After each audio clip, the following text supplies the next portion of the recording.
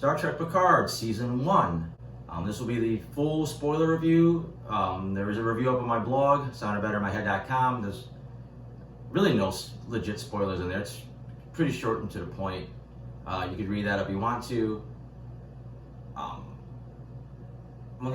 ended up giving this a 2 out of 5 stars. I really got settled in that rating pretty quickly. First of all, I'm a pretty huge Star Trek fan. Absolutely loved The Next Generation. Loved the Captain Picard character. And I think because of that,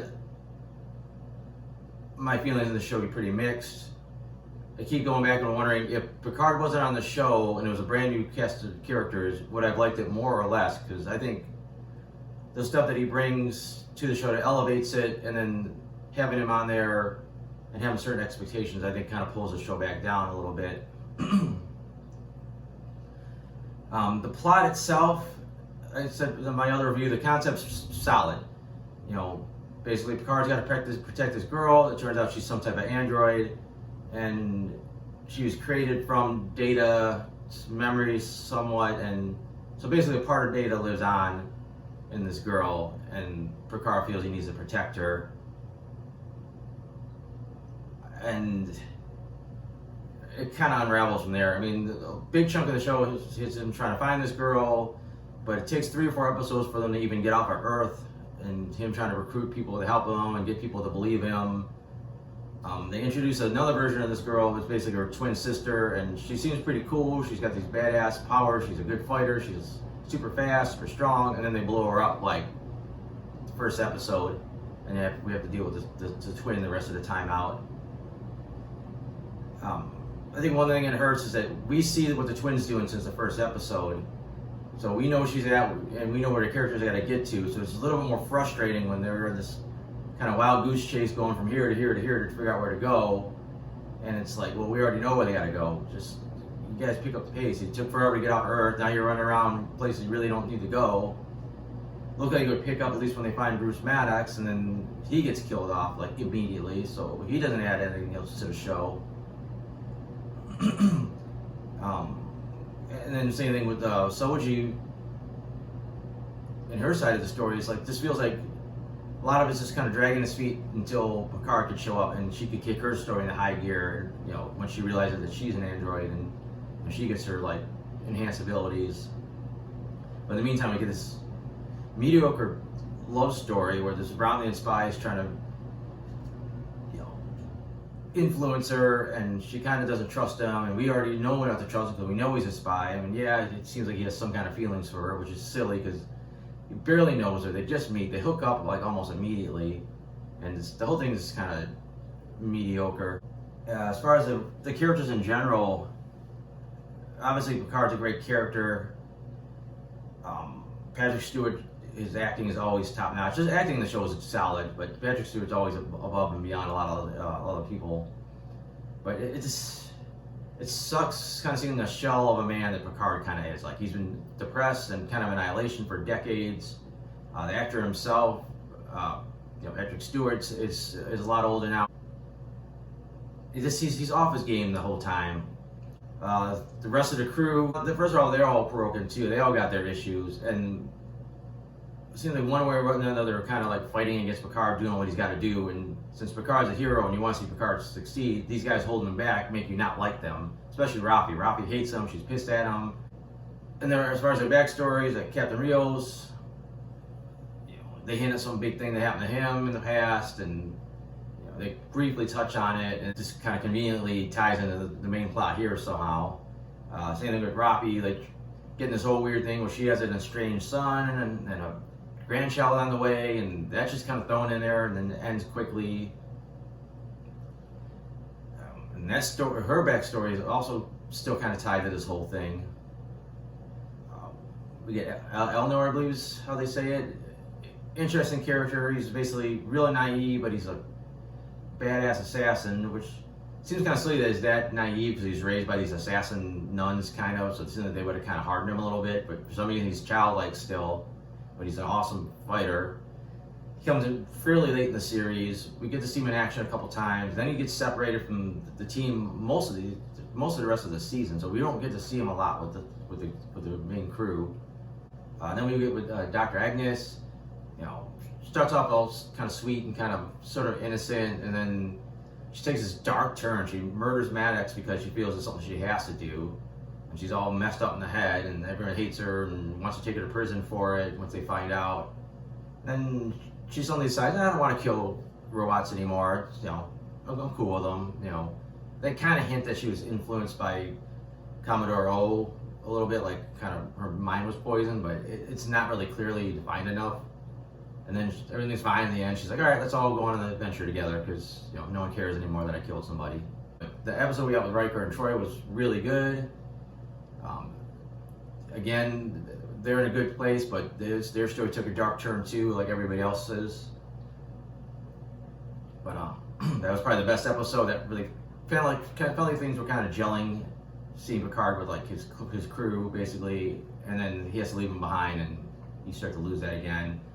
And that's something else I realized, and this is true of Picard, this is true of Kirk. The greatest captains are held up basically by a great crew. Like, you couldn't just have a Captain Kirk show and not have Spock and McCoy, to play off of. And I think Picard needs his crew. And here, the crew's got they're just a bunch of not screw up, but they're all broken. They're not really trying to help him. They don't really trust him, and they're not helping him prop him up. And you're missing that. Picard's trying to carry it basically by himself, and he can't do it. You get him getting 7 of 9. I would have liked the thought that she's had a normal life or stayed in Starfleet after what happened in Voyager, but instead she's part of this group called the Fenris that they're basically kind of almost considered outlaws. I mean, they're heroes, but they're operating outside the law, and it's just kind of a weird twist. But again, it's just another dark twist for another character. Then the finale itself is just kind of weird.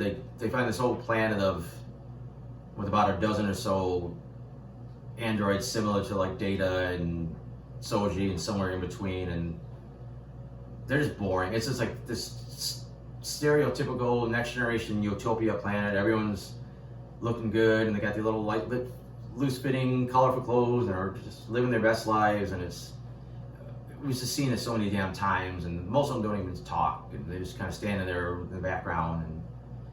And then the main girl in there, Soji's other twin, I guess, ends up turning heel, and all of a sudden, Dr. Soong had a son that nobody ever mentioned before that just was kind of chilling in the background for like the last couple decades since Data's been around. It's just the whole thing was just kind of shoehorned in there. And the whole thing, to me, it seemed like the show was all going to be about Picard having a piece of Data in front of him that was basically like Data's daughter and trying to rescue this girl, and kind of allows them to reconnect with Data in a way. And instead the show ends up just being this weird thing about her going back to this android planet and being tempted to destroy like all life basically. And it's just kind of weird. It's not what I wanted the show to go. The whole thing with the Borg cube was just nonsensical. It was like, I don't know why the Romulans were hanging out in this Borg cube. I thought it was going to tie into the whole plot about synthetic life. Or maybe even why the Romulans hated synthetic life. Maybe it all has to do with the Borg somehow. And it was just kind of there for maybe Picard to have a moment with the Borg. I don't know. It seemed like it really overall didn't serve any major purpose. I think it's time that I whip through my notes here because I don't really want to go on too much about the show at this point. I think I said about all I want. Right off the bat, the few scenes where we do get to see Data, but basically they're in Picard's dreams. I thought they did a good job of making Brent Spiner look like Data of the different eras that Picard was seeing him in. I thought the effects were pretty solid.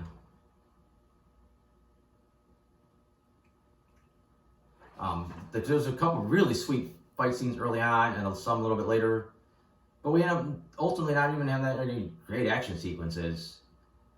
It was kind of disappointed about it after the fact because they were so good in the beginning, and then we just really never got those again. Even none of the space battles were that great. Actually, a couple of the most likable characters were Picard's Tal Shiar. I guess you would call them housekeepers. So they were likable characters, and of course, they get left behind halfway through the season. I knew Hugh was in the show from the promotional material. I didn't even recognize him when we saw him on the Borg cube. I didn't know until like after the episode, and I looked it up. And then of course they seem to have a thing on the show where they're like, well, there are minor characters that people like, we're going to kill them off. So Q bites it later. And this whole weird thing with, I think Narek was the Brownland spy, where his sister would show him and she'd always like get real seductive with him and flirt with him and get too like really too close. Like it's like they were trying to rip off Game of Thrones and the Lannisters or something. I don't know. It was completely unnecessary. Like I don't know why she would just act like she was trying to bang her brother just to mess with his head. It's the whole episode with this, the Vegas planet, which is kind of weird. It's again just the whole breadcrumb trail that they're following takes us there, and everyone's over the top and dressed like pimps and pirates, and it was a little corny. It just seemed a little out of place. It might have been fine for a regular Next Generation episode. And that's the other thing. You got 10 episodes. You got to tell the story, and it really hurts when you're introducing these characters, and you feel like you need more of their backstory. And it's just like you're not going to get like you would have on a Next Generation. You would, Next Gen, you would have episodes for every main character about something in their life, how it affects them now. But here, just you got to rush through everything. And it's like Picard. I don't know. It seemed like he was overreacting a little bit when he was on that Borg cube. Like it kind of felt like after First Contact, he finally came to grip with what happened with the Borg and all that. And it's like here he's like panicking, and it's like I don't know. Maybe he wasn't over it, or maybe he's just in a weaker emotional state. But it's felt like they overdid it a little bit. Thought the whole thing was silly with a little Romulan meditation room where you just kind of walk around this circle and it magically helps you meditate and remember stuff. Like they're not magic, they're not Vulcans, they don't really have telepathic abilities. The whole thing seemed a little cheesy and just didn't really make sense. Kind of weird how the Captain Rios had all these bunch of different holograms and they all look like him. They did eventually kind of explain why, but it seemed kind of weird, kind of unnecessary. I don't know how I feel about it, to be honest. It was either a good idea or like a corny one. And then it seemed like when they really did need these holograms to do their job and help them out and do their tasks, like flying a ship or doing medical, they just didn't even show up half the time. And they apparently had the ability to show up on their own. So I don't know. It was kind of weird. And they had the big thing with 709 connects to the Borg cube. I thought something really dark was going to happen, like she was going to become a new Borg queen or get part of the collective or something crazy was going to happen, but she hooks up, they kill all the other Borgs, and she's like, oh, never mind, and then she gets off of it. And then I thought it was going to be another badass moment when she takes the cube and flies to help Picard, but then it just got taken out by some flying flowers. And I don't know, it was kind of a waste. Absolutely loved Riker showing up at the last minute in the final episode as the cavalry, although I expected that to happen.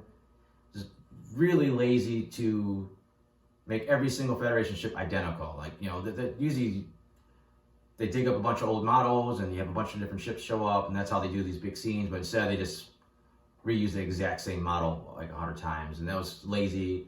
The bridge kind of looked futuristic, but it also looked familiar. I looked it up afterwards. All I did was take the USS Discovery bridge and just change it up a little bit.